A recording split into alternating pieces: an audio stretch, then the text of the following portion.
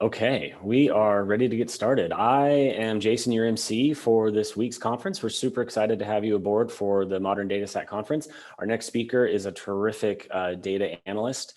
His name is Jacob Bedard. He is the Director of Data Analytics for Dialpad, and I'll turn it over to you. Take it away, Jacob. Thanks, Jason. Let me just get my video started here.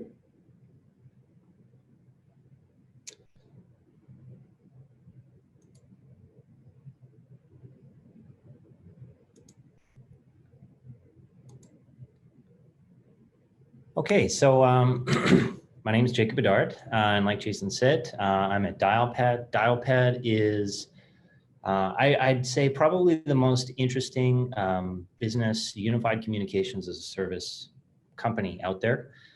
We do business telephony. It's all VoIP. It's in the cloud, and it's augmented with AI. We also have a product called Uber Conference. Recently acquired another one called High Five.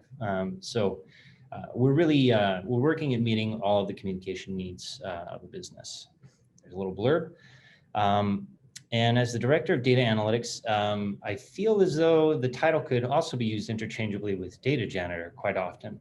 So we're going to talk about some of the plumbing behind the really great analytics shops and some of the things that everybody has to do well in order to be great, even if nobody really notices or appreciates them. So let's get into the unsexy topics. Just move on to the next slide here. All right, so we always want to start with business value. And let's first just talk about why we all do analytics.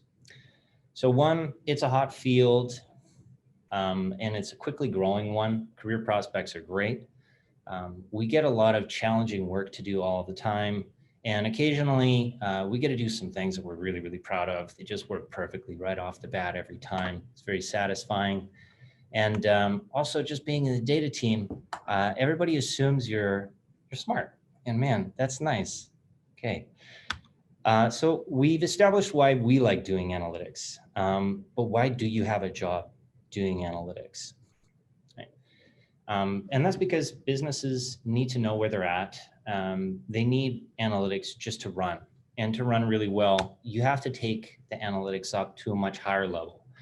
And that starts with having total uptime, total accuracy, and total trust from your stakeholders. So a lot of the business operations in, well, any organization's operations depend quite heavily on the quality of their analytics. Some companies need analytics because that's what they do. Our host, Fivetran, is one of them. We've got other companies like Tableau, there's Data Robot, and a bajillion others that are in the data space. They're offering a service or a warehouse or something along those lines. But they and everybody else also need business analytics in order to have good visibility on the KPIs that determine whether their business is going to run well.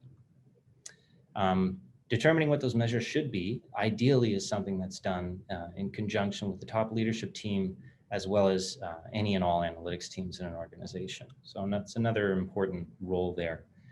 You need to be able to capitalize on good opportunities, avoid bad mistakes, and really, you're not actually making any money yourself. You're not saving any money. You're helping the rest of the business to do those things and to achieve their other objectives. So you're really a service organization. So someone is always going to be doing something with the analytics that you're creating. So if you're working with a product team, they're going to be using that to fine tune their product, to pick which features to develop next. Should they be retiring features, changing pricing?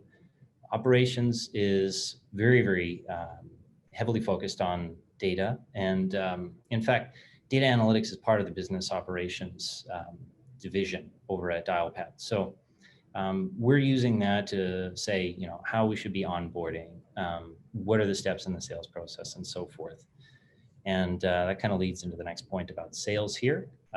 So they need to prioritize prospects, identify good ones, and they also need to see where they're doing well and where they're not.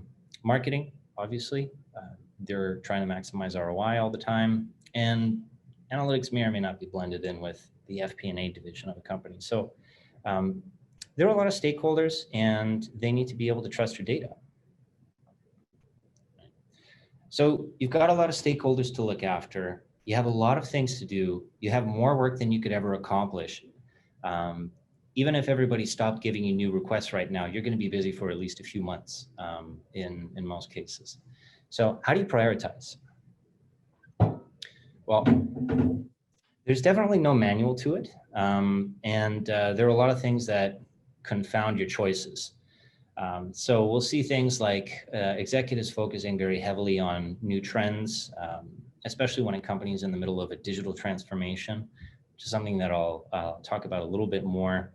And we'll see things like, I went to a few conferences a few years ago, and everybody was talking about Hadoop. And even if it had absolutely no use case for a business, they were talking about it, and the speakers were all talking to Hadoop, and they were just the most popular people you've ever seen. These people who had successfully implemented it. A lot of people don't use Hadoop these days. It's definitely got its use case, but I think the days of vice presidents asking, "Hey, we need to get a Hadoop," those are probably by and large gone, though those trends still continue with new technologies. There's also quite a strong need to develop data science, or a need that's felt to develop data science in organizations, even when no use cases have yet been identified for it. So that can be another thing that sort of directs you towards, oh, hey, I need you to talk to, someone who's offering cloud AI, ML. Let's get on Google Cloud so we can use their ML APIs. What for? I don't know yet, but you're going to get asked that. Sorry, I'll just go back one sec. And then information bias is another one. I'll get into that a little bit more. Basically, a lot of people will sit through meetings, realize they don't have a piece of data, and they're going to send you a request for it just because they noted that they don't have it. And that question isn't always backed up by a need to use that data to change a business decision, which is something that you've also got to sort of try and filter out while you're making decisions. So the way I tend to look at things is I look at the worst and weakest parts of my shop everywhere I have worked. And I always like this one quote. It's commonly attributed to Sun Tzu. It said, "The more you sweat in times of peace, the less you bleed in times of war." It's a little bit extreme. I decided to edit it a little bit. So the more you sweat in times of peace, the less you're going to bleed in times of anything like a data issue. You get an audit, you have to do an implementation project. Make sure that you're ready for the toughest, worst things that could totally derail your shop, and prioritize those above, doing data science, working on a new LSTM model or something. So I go through this exercise, it's kind of a morbid exercise of just thinking about the absolute worst positions I could find myself in. So the sort of things that would wake me up in a cold sweat in the middle of the night if I had a nightmare about them. And I think, okay, am I actually ready for that? And is that going to go smoothly? Because inevitably these things, they do happen. Hopefully not, but they will. So here are a couple nightmare scenarios. For example, sending out erroneous reporting to your investors, to your board. We've got new categories of products coming in from Salesforce, for example, and you're not reflecting them in your bookings reporting or your revenue. People are changing how they're recording things. They're calling a sales stage this instead of that. Someone swapped out a piece of technology and left the old one in place. There are a lot of things that could derail you, and a lot of them are due to the business or the applications that the rest of the business is working with changing without you being up to speed on that. And we'll talk about communication in a couple slides here. But first, I want to get a little bit existential just to drive this point home about how we prioritize. So another thing that I commonly go back to, big fan of philosophy, and Maslow's hierarchy of needs constantly pops up in my head. For those of you who are familiar with it, sorry, I'm going to waste 10 or 20 seconds of your time. For those of you who aren't, it's basically a statement that you need to accomplish the meeting of the most basic needs in life in order to exist, to move up to the next level of complexity. Right? So ideally, it's saying you want to have good problems like, oh, what shoe should I wear today? Not how am I going to get all the food and water I need to survive? And there's no reason why you shouldn't look at business like that. Obviously, there are less severe, less primal examples. But let's take a quick look at how we did this at Dialpad. So I got on board about a year and a half ago. First thing I did was a current state assessment. And I looked at how everything is going at Dialpad, the areas where we have a lot of opportunity, and the areas where we've got to improve on a couple of things. And I looked at the biggest issues and I said, okay, you know, these have got to be top priority. First one is we have to have total trust. We can't stop conversation where we're going to make an important business decision right in the middle of it and say, oh, but do we trust the data? Are we sure about the data? How did this get put together? I remember seeing something last month and it was a little bit different. So by and large, number one is no surprise because it always is at every single company I work at, is just trust and transparency with your basic business intelligence. So I identified a couple of key areas where we got to focus on in order to meet that number one priority. And I kind of think of the volumes of this pyramid as not the value that they provide, but the amount of attention that you have to give to these different things.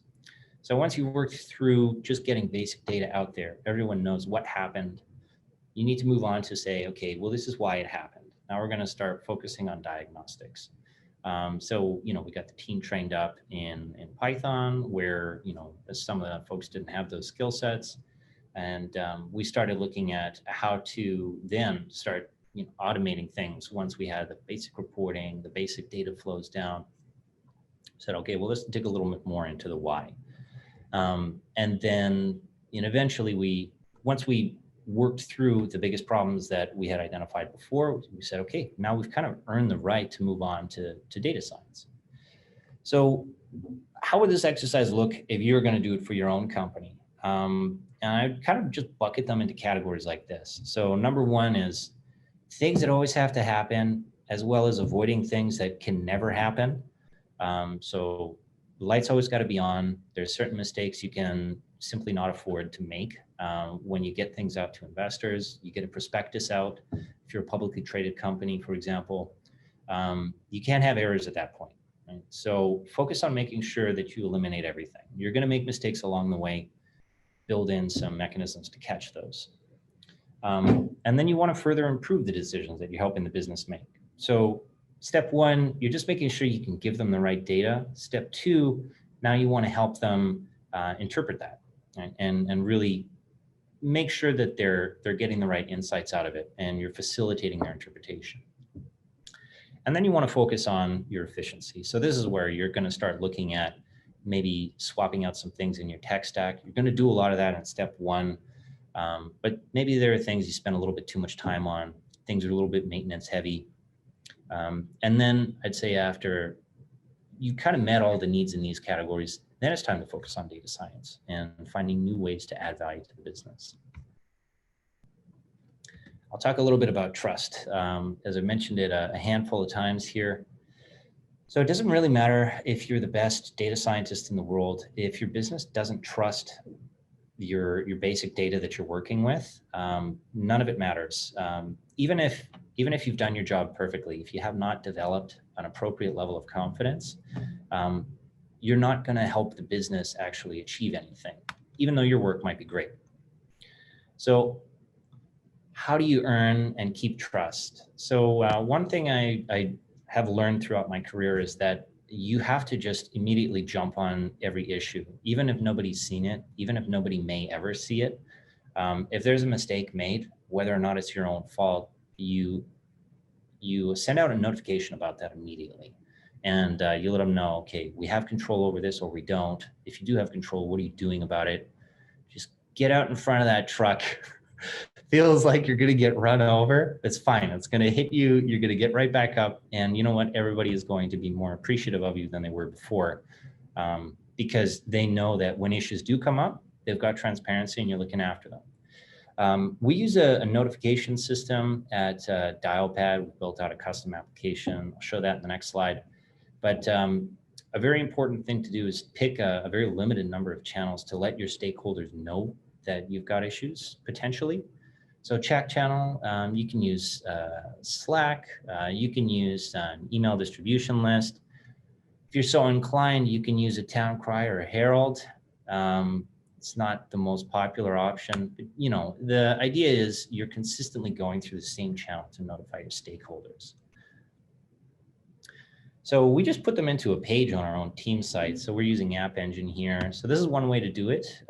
We like to stick with that, but we also do emails, and we'll just use the two to make sure that we got good coverage. Another thing about building trust, this is probably even more important, is just being able to share a definition of a metric or a piece of data with any of your stakeholders. It's also going to make maintenance and future development much, much easier for yourself.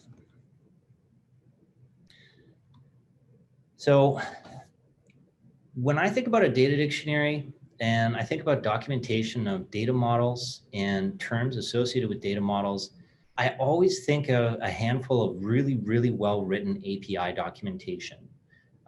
So for example, like, again, nobody's paying me any endorsements, but I really like, you know, working with the Greenhouse API. That's a great example. Dialpad actually has fantastic API documentation. If you check it out, I really like what our product engineering team did there. Salesforce, great documentation of the data models and the different fields. And then they've got Workbench and all kinds of other stuff. So get inspiration from somewhere else. A lot of these tools, you can actually just use Markdown. And you want to group things by a report or by a data model. And then you want to have under each of those headings, maybe just some non-numbered bullet points about each of the fields. And you can talk about the calculations in there. And the other thing that's going to happen when you start doing a data dictionary that threatens to make it kind of too cumbersome to keep up is that you're going to have fields show up in like 2, 3, maybe 30 different reports.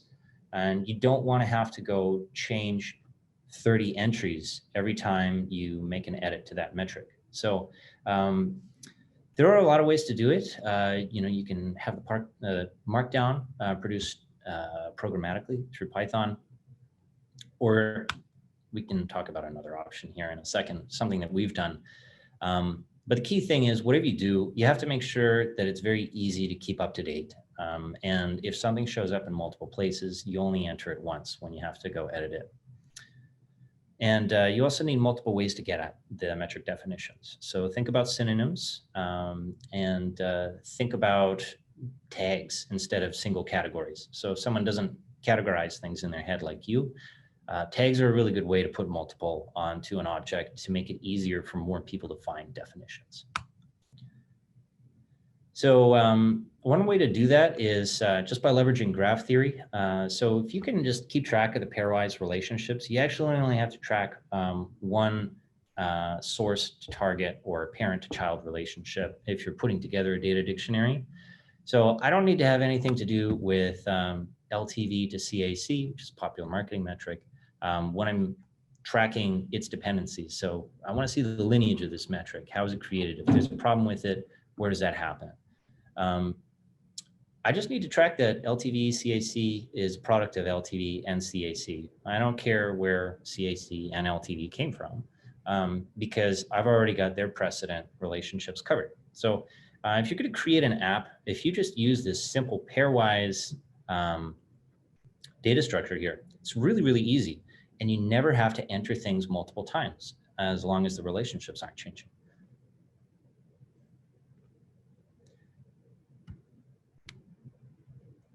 Okay, I should probably spend a little bit more time over these acronyms. So these are very, very common SaaS metrics. Sorry for glossing over them there. So we have average revenue per account, churn. You take these two metrics together to calculate an overall LTV for any segment of your business. And this is customer acquisition cost. So these are just examples of how some SaaS metrics can relate to one another and how easy it is to graph the relationships between them. And that's exactly what we do in the database tables that power our own data dictionary. So again, this is just running on App Engine. Not everybody's going to invest time to go create a Python Flask app. It's going to sound kind of crazy, but that's what we do. We just use graph theory to have to only enter a field one time. Next step here is we should aim to make troubleshooting just about boring. Nobody likes it. Nobody wants to do more of it. Take all the excitement out of it, because it's not good excitement. It sucks. So you're going to have to update some of your query logic, your data architecture. This should be a pretty easy process. You don't want that to be the most interesting part of your day. You want the predictive model that you're sharing with your stakeholders that's going to help them get 10% better ROI on their digital ad spend to be the exciting part of your day, for example. Right? You want to get everything into one place as much as possible. So transformations in the warehouse. If you have scheduled jobs, try and get them into one place as well. And then you don't have to run all over the place, and you don't have to have one person who knows what's going on with one set of schedules and you know the rest. Everybody's doing pretty much the same thing when they're creating a scheduled data workflow. Another big thing there is use version control. I'll talk about how we use version control to consolidate our data workloads using Airflow. And another big point for me is using a modular data stack.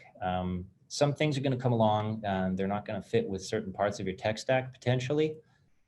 We really like using Fivetran because it gives us that level of modularity with replicating our data into our data warehouse and doing it reliably without lots of extra bells and whistles. And we also get the ability to make sure that each part of our data stack is the best at what it does. Whereas if you go with an all-in-one system, you're often going to be looking at other systems occasionally, or hearing a jibe from your coworkers or colleagues at other companies, where they're doing something and it's just so much easier than you're doing it. So we really like Airflow because everything is one document type. It's a Python file called a DAG, which is a directed acyclic graph, which basically means it goes from start to end. You don't ever have anything in a circular loop running it, and you specify dependencies. So this happens before this other thing happens. You don't rely on, okay, I think this thing takes 5 minutes, so I'll schedule this for 5 minutes later. You just specify the dependency and say, don't do step 2 until step 1 is done.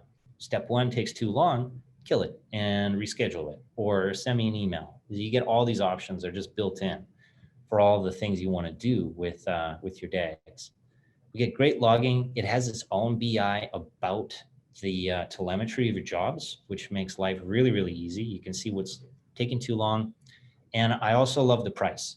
It's open source, so you don't have to pay anything for it. And the documentation is great. Community's awesome. And then just a couple of finishing points here is, be nice to your future self. Again, just talking about maintainability. Don't repeat yourself. So that's DRY. Keep your code dry. If you have to make changes for things that are going to change within the business regularly, make sure that you've got that flexibility built into your data architecture. It's going to be a little bit more laborious to build it first, but the less you have to come back and spend time maintaining it, the better. So do changes in as few places as you can. It's okay to create a couple of dependencies, like this view stems from this other view, and you got a little bit of a chain. Sometimes you'll have to track back if you have a data problem to troubleshoot. But the maintainability trade-off is so much better than having a totally flat warehouse structure, because you're going to do the same operations again and again and again. So take those things that you commonly do, the things you commonly transform, and get it done at a low level, and let your structures branch out from that.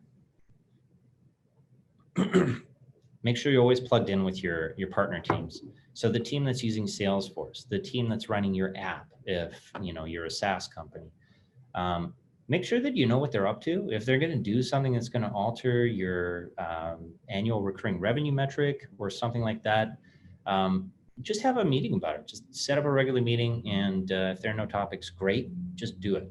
But don't ever lose touch with those teams, because then your data is going to start to become obsolete and you're going to lose that trust that you've worked so hard to build. Another thing is use those same BI tools that you use for your stakeholders to track things for yourself. So we have data quality dashboards set up. We use Domo for our business intelligence. We send messages to ourselves through Slack. We have bots watching all kinds of things every day. And then just a couple of maxims around here. Basically, the punchline is your business is going to change, and even the fundamental technologies that you're using, those are going to change. So for example, everybody's using Python for data science. Not a lot of people were even using it for anything to do with data until Pandas came out. And Pandas was created basically just so this fellow, Wes McKinney, didn't have to leave Python, go over to R, work with the data, and then bring it back as a dictionary or whatever once he's done. And this is actually pretty recent. And that was sort of the start of Python for data science, right? And we'll hold Python as being synonymous with data science and specifically neural networks. But the most popular ones, they just came out in the last 10 years. TensorFlow V1 is 2015. PyTorch is now huge. That's even newer. So things change fast. You're probably going to have to pick up a new language over the course of your career. And you know what? Just get ready for it. Software is going to change 10 times as much as that. And so will processes. So while I've been talking about all this, I'm sure a couple of people have been wondering, you know, what are you guys using? So we're a Google shop. Our product is actually built on Google Cloud Platform. So we do our data analytics largely in Google Cloud Platform. So we've got Apache Airflow running on a Google Cloud VM instance. We're using Amplitude for behavioral analytics. Our CRM is Salesforce. We use Fivetran to bring that over because there's no way on earth I'm ever going to make and maintain my own Salesforce pipeline. I know because I've done it before. It sucks. I just use Fivetran every time. For BI, we're using Domo, which is great. Plugs right into BigQuery and does what a BI tool does. And we're mostly working in SQL and Python. So that's the end of the presentation. Just about a time. I would have liked to leave a little bit more room for questions, but let's switch over to that now. Well, hey, if you're up for it, Jacob, we'll do like a follow-up blog post. Maybe you and I can collaborate on some of these questions and answer them asynchronously. But we have a couple minutes. I'd like to hit a few of them. Had a question. Have you built your own internal tool for data alerts and data dictionaries? Are you aware of any other tools that easily accomplish the same thing? And was there a reason you chose to build your own? That's a great question. Probably the easiest way with a tool that most people who are on this call are going to have at their disposal already is your BI tool. So if you're using Tableau, Domo, whatever, they just about all have alerts functionality built in. We're looking at stuff as like a little bit more specific, but if you have report values where if they go above a certain threshold, you can have an email alert sent to yourself. If data is too obsolete, you can have something sent to yourself. So that's an easy way to do very simple alerts. There are also tools like Datadog, which are meant specifically for this. It may be a little bit more involved to get the telemetry sent there, but also another great tool for that. That's great. Any thought on Prefect as a scheduler? This always comes up. I have not looked at Prefect. I'm not the guy to ask about that, but I really love Airflow, so I still haven't checked it out. Okay. One last quick one, if we can squeeze it in. Any preference on a data cataloging tool? Data cataloging tools. See, that's the one I find we're kind of underserved. It's built into a lot of the big things like, those all-in-one solutions where you've got your architecture, pipelines, and everything just all put together. There isn't a lot of standalone data documentation stuff out there. Your best bet is probably just to do a simple, something with a CMS that's like a little bit of a site. Okay. It's probably the easiest route. Sadly, we have to wrap. We'll work on that that wrap-up blog post where we can answer some of the other ones. This has been super practical, very hands-on. Love it. We're getting a lot of interaction in the chat, which shows that you hit some nails on the head. So thank you for that.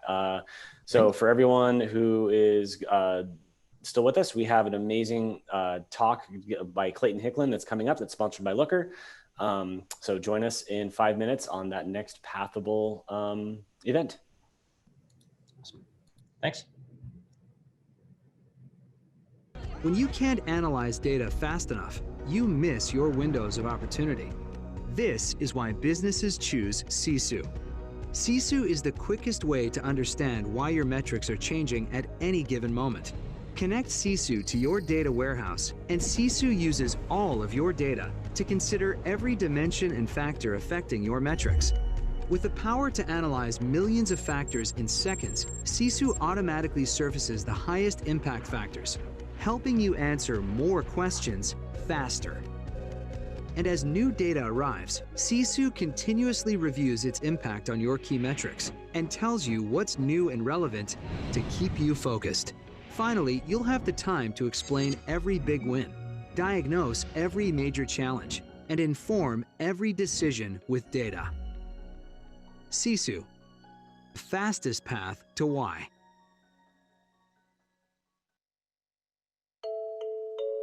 At HashMap, we work together with you to make data engineering actionable, innovative, and exciting.